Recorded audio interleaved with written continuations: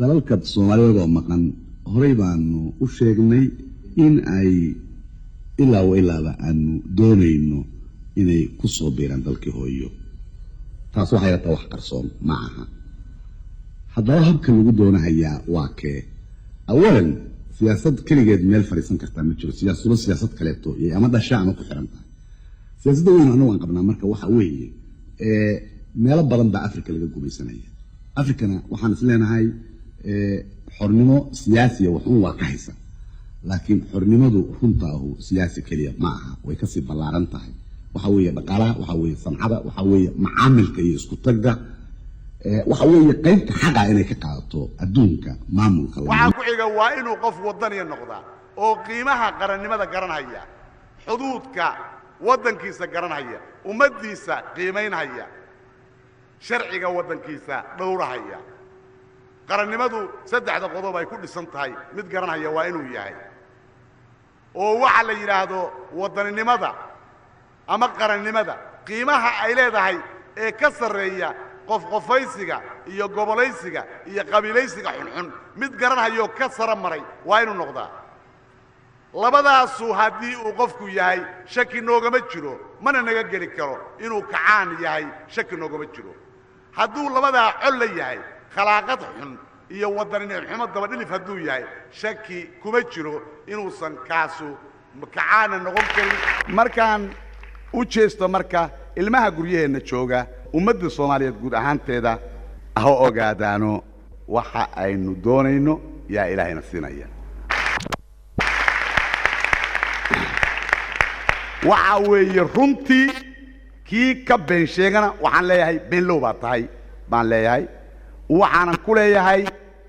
fikrad cilmi ku dhisan ma aha fikrad khiyaal loola jeedo fikrad beenbeenays loola jeedo fikrad ummadda lagu seexiyo fikrad cadawgooda loogu jabsho ma aha waxa weeye mid xaqiiqda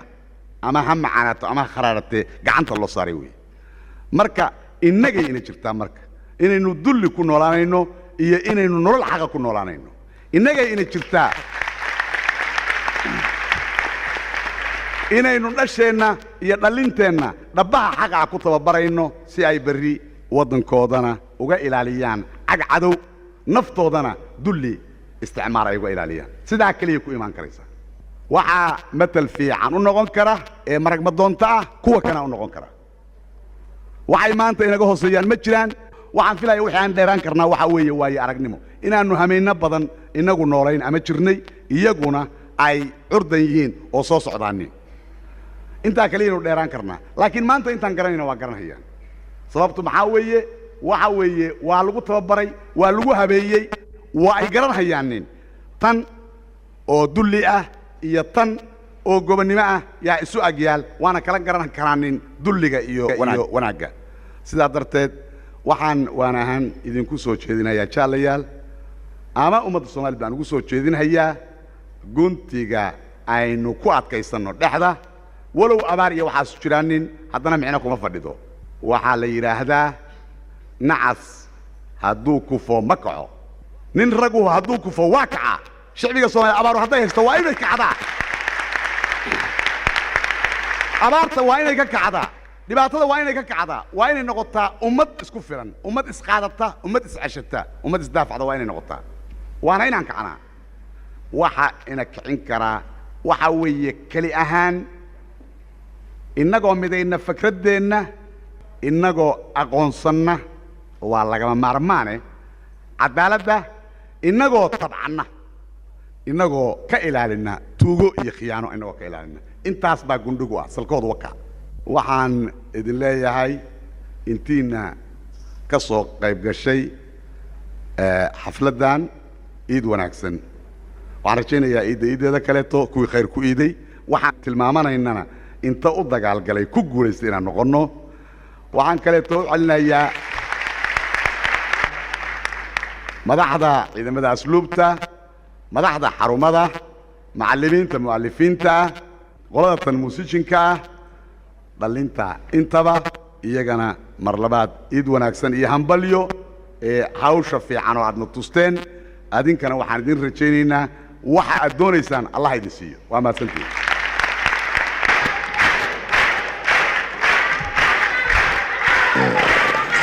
Really, I don't like to argue with people who are seeking sensational things, or perhaps diverted by interested cycles. But the reality is not so. The reality, there is a problem, and this is a political problem. So it is, we tried our best in going around Africa or elsewhere to promote a peace solution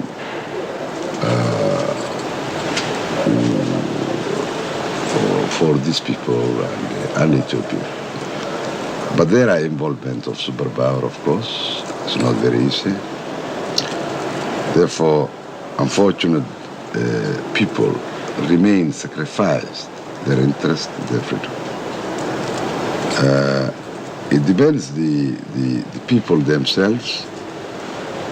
and, of course, the various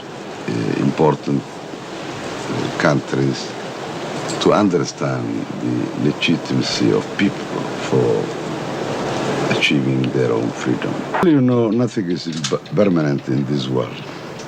No poverty is permanent, as well as prosperity is permanent. We, yes, are in difficult, economical wise, but we are trying our best to cope this, and of course, with the help of friends and with our determination, we hope to overcome. waxaan ku soo celinayaa wadadii ayaan wada aqriyay oo aan uga jeedo in aynu garanno danteenu waxay tahay inaan garanno waxaynu nahay inaan isku eegno muraayada oo aragno horta kuwa wajigeenu waa kuma maxaan se doonaynaa danteenu waa ma danta ilmeenu waa ma danta dadkeenu waa ma danta sharafkeena adduunku waa ma waxaan halka u leeyahay dhowr arrimood dartood xabada dhacaysa nin laban oo ama ajnabi jooga ama dalkaba jooga inuu dadka masaakiinta ku laaya xabad maaha soo dhiibo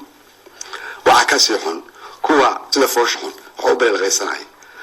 waxaan la yaabsanahay ninka inta xafiiska dawlad galay warqadii tuuraaya oo dariiqa ku daadiyay xagee uu socda muxuu keenaya yuusa siinaya warqadaas